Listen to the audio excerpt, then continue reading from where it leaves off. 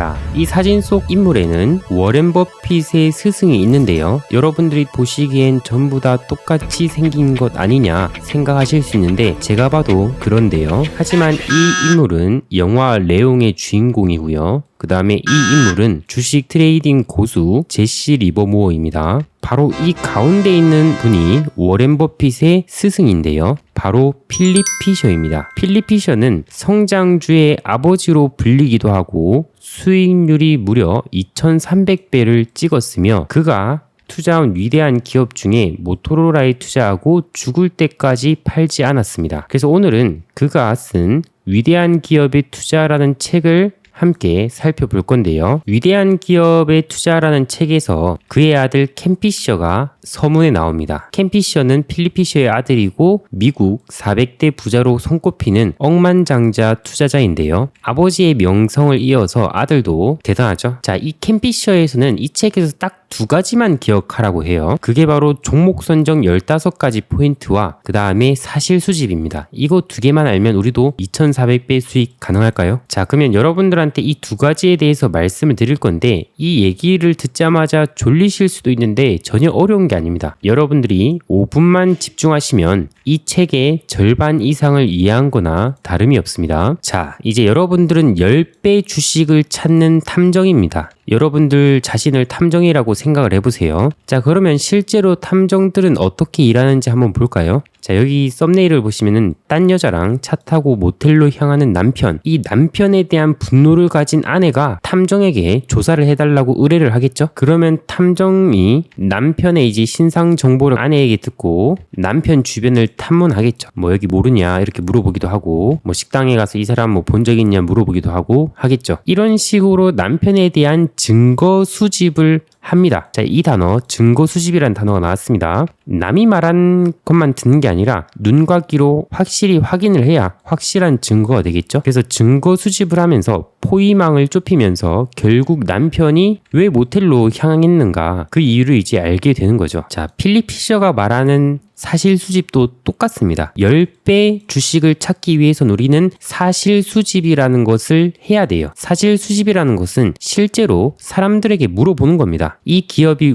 정말 10배가 갈 수 있을 만한지 단서를 직접 물어보면서 파악을 하는 거죠. 누구한테? 경쟁업체 직원한테 이 회사 어떠냐 물어볼 수 있고 유통업체 직원한테 또 물어볼 수 있고 고객한테 물어볼 수 있고 퇴사자한테도 물어볼 수 있는 거죠. 그래서 예를 들어서 화장품 업종으로 쳐봅시다. 화장품 업종에서 5개 기업을 정해요. 각 기업 관계자한테 다른 회사들에 대해서 물어보는 겁니다. 그러면 이 회사에 대한 윤곽이 또 나오겠죠. 자, 그러면 사실 수집 중요한 건 알겠는데 나는 주변에 궁금한 회사와 관련해서 물어볼 사람이 없어 라고 얘기하실 분들이 다수이실 겁니다. 전혀 걱정하실 필요가 없어요, 여러분들. 이 책이 쓰여진 시기는 1950년대예요. 그래서 당시에는 인터넷이 없었습니다.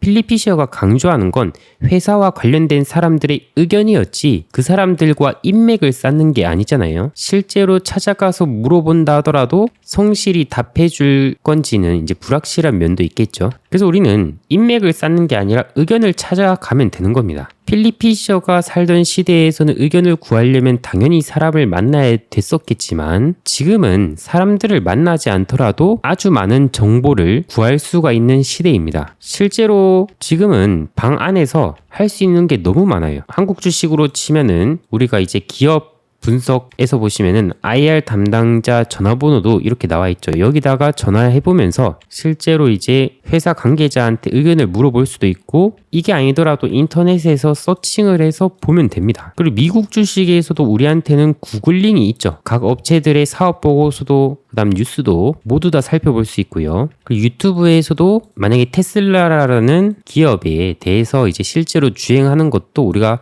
방 안에서 누구나 볼 수 있습니다. 그 리뷰들도 살펴볼 수 있고요. 그리고 테슬라 CEO에 대해서 인터뷰한 내용도 우리가 살펴볼 수 있어요. 이 모든 것이 방구석에서 이루어질 수 있는 시대라는 겁니다. 우리가 미국 주식 쪽에서 미국 기업의 퇴사자를 만나고 싶을 때는 비행기 타고 날아가야 될까요? 아닙니다. 여기 보시면은 글래스도어라는 사이트에서 우리나라 자코리아 사람인 같이 채용 정보나 기업 정보를 또 살펴볼 수 있는 사이트거든요. 여기 보시면 이제 테슬라에 대한 리뷰가 있습니다. 그리고 하단에 내려보시면은 회사에 대한 평가들이 나오고 있죠. 글로벌 공급 관리자, 현재 직원이라고 하죠. 그래서 여기서 보시면은 독특한 회사지만 이곳에서 2년을 넘기긴 어렵다 하면서 이제 장단점에 대해서 이렇게 공유를 해주고 있죠. 그러니까 이 사람들의 의견이 다 100% 사실은 아니겠지만 우리가 이걸 읽어보면서 사실 수집을 할 수가 있는 겁니다. 굉장히 편안한 시대라고 보시면 돼요. 자, 우리가 사실 수집은 그러면 10배 주식이 될 수 있는 증거를 찾는 과정이라고 우리가 생각하면 되고, 그 과정에서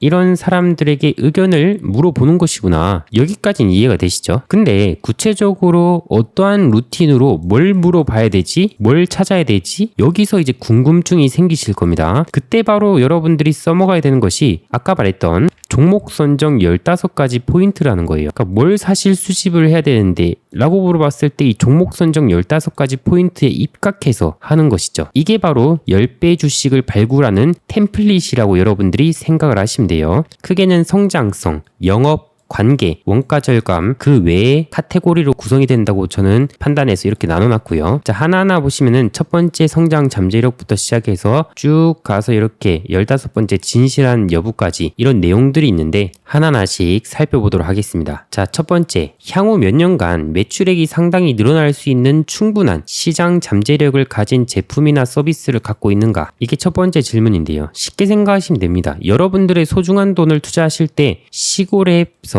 이제 파이프 배관을 만들며 현상 유지만 하려는 회사가 있고요. 반면에 산업의 쌀로 불리는 반도체를 만든 회사로서 앞으로 확장될 AI, 자율주행, 그 다음에 로봇 이쪽에서 우수한 지위를 가지고 있고 앞으로 가질 수 있는 회사, 이 두 회사를 선택한다면 여러분들은 어디를 선택하겠습니까? 여러분들의 소중한 돈을 그냥 시골의 파이프나 만드는 곳에 쓰시겠나요? 당연히 미래 성장성이 담긴 이곳에 여러분들이 투자를 하게 되실 거죠. 바로 1번이 바로 이런 질문입니다. 자, 두 번째, 최고 경영진은 현재의 매력적인 성장 잠재력을 가진 제품 생산 라인이 더 이상 확대되기 어려워졌을 때에도 회사의 전체 매출액을 추가로 늘릴 수 있는 신제품이나 신기술을 개발하고자 하는 결의를 갖고 있는가? 자, 이것도 기업이 돈 좀 번다고 현실에 안주하게 된다면 어떻게 되겠습니까? 거기서 놀러만 다니게 된다면은 미래가 없어요. 그냥 끝입니다. 기업이 계속 성장하기 위해서는 신제품, 신기술에 대해서 연구 개발을 해야 돼요. 자, 우리나라에서 예로 삼양식품이라는 회사가 만약에 삼양라면에서 안주를 했다면 어떻게 되겠습니까? 지금의 불닭볶음면이 불티나게 전 세계에서 팔리는 이 신화를 얻을 수 있었을까요? 아니죠. 이처럼 기업은 계속해서 신제품이나 신기술을 개발하고자 해야 된다는 것이죠. 자, 세 번째, 기업의 연구개발 노력은 회사 규모를 감안할 때 얼마나 생산적인가입니다. 자, 이걸 예로 이제 책에서 방산 기업에 대한 예시가 나오는데,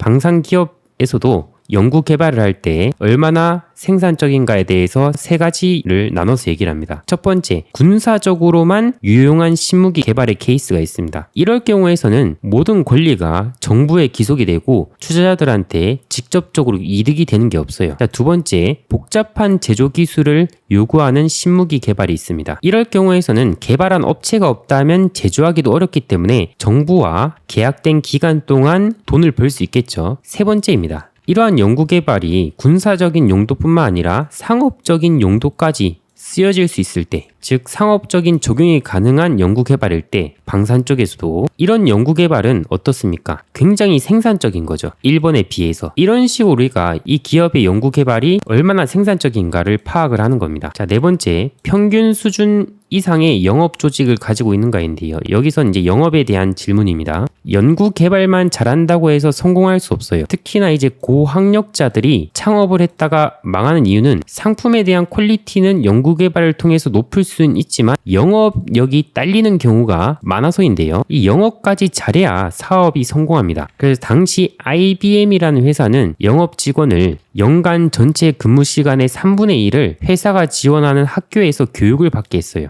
즉 영업 조직을 얼마나 수준을 높이기 위해서 노력을 하고 있냐, 이걸 이제 우리가 판단을 해야 되고요. 다섯 번째는 영업이익률은 충분히 거두고 있는가입니다. 매출액이 늘더라도 이익이 증가하지 않으면 우리가 투자를 할 원동력이 줄어듭니다. 이게 일시적으로 이익이 준 거면 상관없겠지만 계속 이런 유지라면은 원동력이 없죠. 그다음 6번째, 영업이익률 개선을 위해서 무엇을 하고 있는가입니다. 우리에게 중요한 거는 과거의 영업이익률이 아니라 앞으로의 영업이익률입니다. 그래서 투자하려는 기업이 앞으로 영업이익을 잘 내기 위해서는 어떻게 해야 될까요? 계속 인플레이션으로 임금은 늘어나고 원가도 늘어나는 이런 시대에 원가를 줄이려는 노력을 얼마나 하고 있는지 우리가 또 살펴봐야 된다는 것이죠. 자, 다음은 관계에 대한 카테고리인데요. 7번째, 돋보이는 노사관계를 갖고 있는가입니다. 만약에 이직률이 매우 높다면 어떻게 될까요? 실컷 교육을 시켜놨더니 또 나가죠. 그럼 회사가 생산성을 높여야 되는 시점에서 계속 직원들이 나가면 회사는 굴러가지 못하겠죠. 그래서 높은 이직률은 불필요한 비용을 높입니다. 이런 것들이 없는지 살펴보고요. 그 다음 8번째, 임원들 간의 훌륭한 관계가 유지되고 있는가입니다. 임원들끼리 이렇게 싸우면은 회사가 성장하는데 제약이 됩니다. 이런 부분이 없는지. 근데 우리가 이런 것들은 임원들을 만날 수 없기 때문에 아까 말했던 그 사이트를 통해서 혹시 그런 게 있는지 우리가 살펴보면 되겠죠. 그리고 이제 회사 승진 구조가 능력주의인지, 그리고 성과에 따라서 임금은 또 인상을 해주는지, 그래서 이직률이 높지 않게 유지가 되는지, 이런 것들을 살펴보는 것이고요. 9번째는 두터운 기업 경영진을 갖고 있는가입니다. 자, 예를 들어서 회사 성장을 이끈 핵심 인물이 있다고 쳐봅시다. 근데 그 인물이 만약에 건강이 안 좋아지거나 사고로 회사를 운영할 수 없게 되었다고 쳐봐요. 자, 이렇게 된다면 회사가 어떻게 되겠습니까? 만약에 이게 대비책이 없다면은 회사는 여기서 큰 위기를 겪게 되겠죠. 그렇기 때문에 경영진 같은 경우에서는 한 사람에게 너무 힘이 쏠리면 안 되고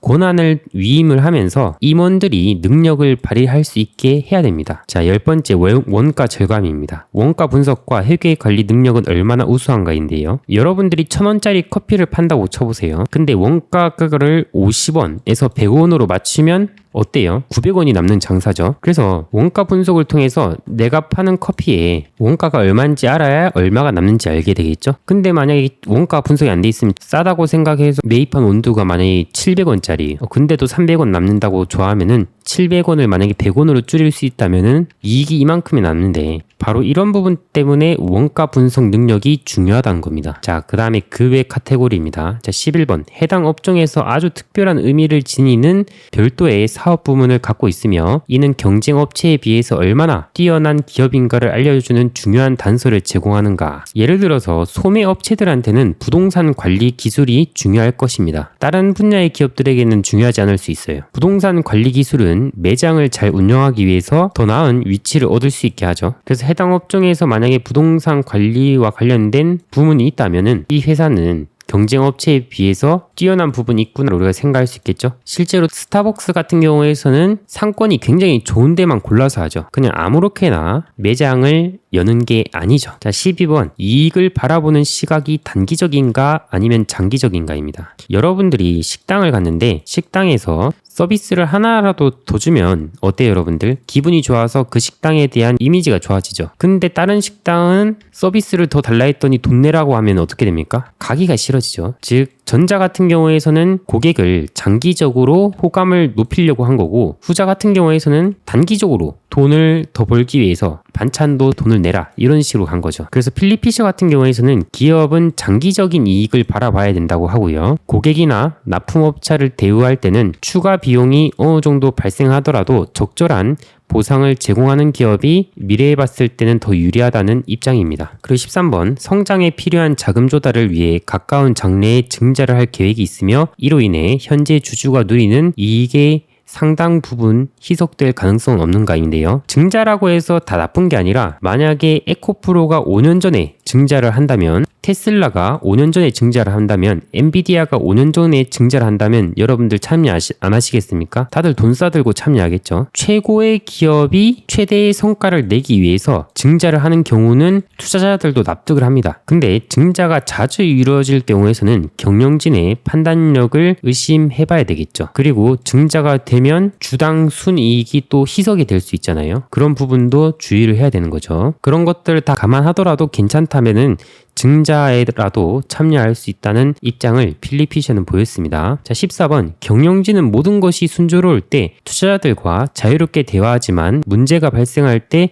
실망스러운 일이 벌어졌을 때는 입을 꾹 다물어버리진 않는가인데요. 실제로 박셀바이오라는 기업이 있는데 코스닥의 개 잡주라고 보시면 되는데요. 여기 대표가 절대로 유상증자는 하지 않겠다고 했지만 유상증자를 하자 주주들이 궁금할 것 아닙니까? 주주들이 궁금한데 주담과 그 회사는 연락이 불통이 되는 상태. 결국 입을 꾹 다물어버리는 행위죠. 이런 회사에 누가 소중한 투자금을 투자하고 싶겠습니까? 안 하죠. 그 15번 의문의 여지가 없을 정도로 진실한 최고 경영진을 갖고 있는가입니다. 그러니까 합법적인 범위 내에서 주주의 이익들을 희생시켜서 오너 일가의 이득으로 돌리는 방법을 찾는 회사들도 있어요. 그러니까 살다 보면은 우리가 인생에서 말뿐인 사람들도 많습니다. 달콤한 말로 현혹하기만 하고 행동은 정작 다른 사람들도 많은데요. 그래서 개인적으로는 말 대신 행동으로 주주 가치를 높이는 뭐 자사주 매입이라든지 아니면 배당을 한다든지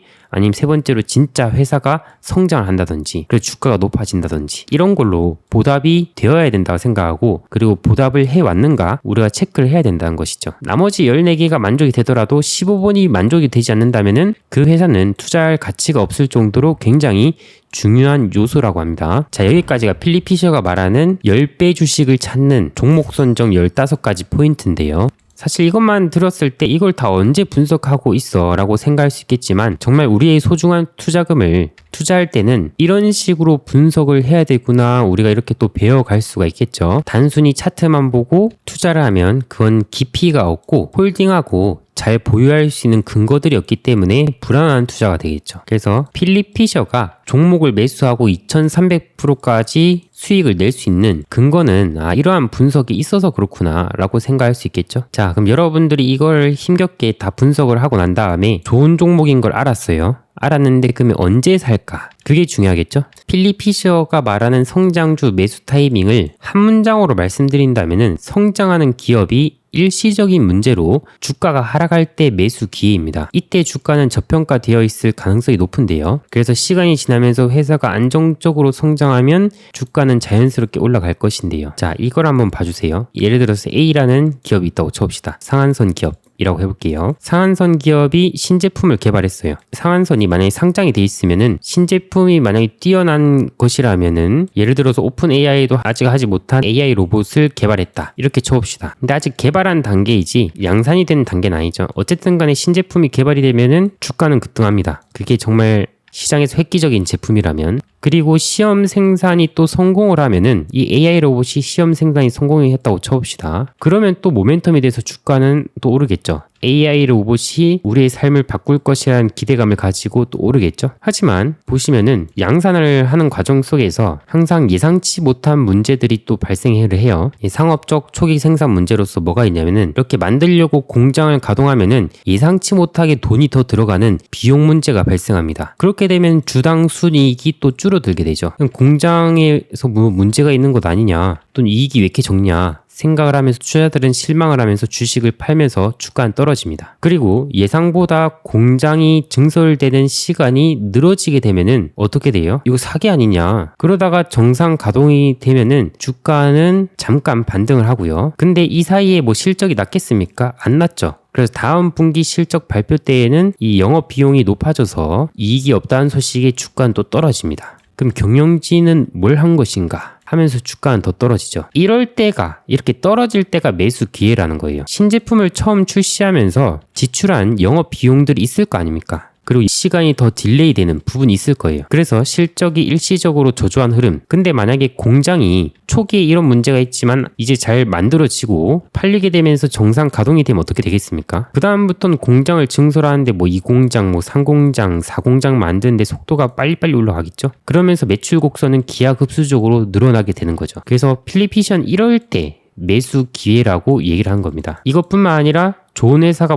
예를 들어서 파업으로서 주가가 떨어졌을 때, 그래서 CEO가 이 파업 문제를 해결하고 다시금 정상화시킬 때 또는 시킬 것이라고 기대가 될 때 CEO의 능력을 보고 이런 파업 때 매수를 하는 것도 하나의 방법인 거죠. 그러니까 어떻게 보면 역발상 투자라고 생각을 하시면 됩니다. 자, 여기까지가 필립 피셔가 말하는 종목 선정 15가지 포인트 사실 수집 그리고 성장주 매수 타이밍에 대해서 알아보았는데요. 어떻게 도움이 되셨나요? 미국 주식을 여러분들이 공부하는데 필독서가 아닌가 생각을 합니다. 이 내용뿐만 아니라 15살에 학교를 중퇴하고 주식으로 수백억을 번 가장 쉬운 방법, 윌리엄 오닐에 대한 책들, 그 다음 레리 하이트에 대한 책들, 미국 주식을 할 때 여러분들이 또 참고할 수 있는 책들이 있으니까 한번 참고해 보시면 좋을 것 같고요. 지금은 투자를 글로벌로 할 수 있는 시기대이기 때문에 여러분들이 이렇게 함께 기초를 잘 쌓아 나가신다고 한다면은 큰 도움이 되지 않을까 생각을 합니다. 그래서 15가지 포인트를 여러분들이 그냥 이론으로 끝내지 말고 여러분들이 만약에 엔비디아를 들고 있다. 예를 들어서 한미반도체를 들고 있다. SK하이닉스를 들고 있다 했을 때 이 순서대로 한번 여러분들이 분석을 해보면서 정말 홀딩을 할 만한 기업인가를 생각을 해보면 되죠. 그러면 기동량으로 산 투자자들보다 훨씬 더 근거 있고 좋은 수익을 내지 않을까 생각을 합니다.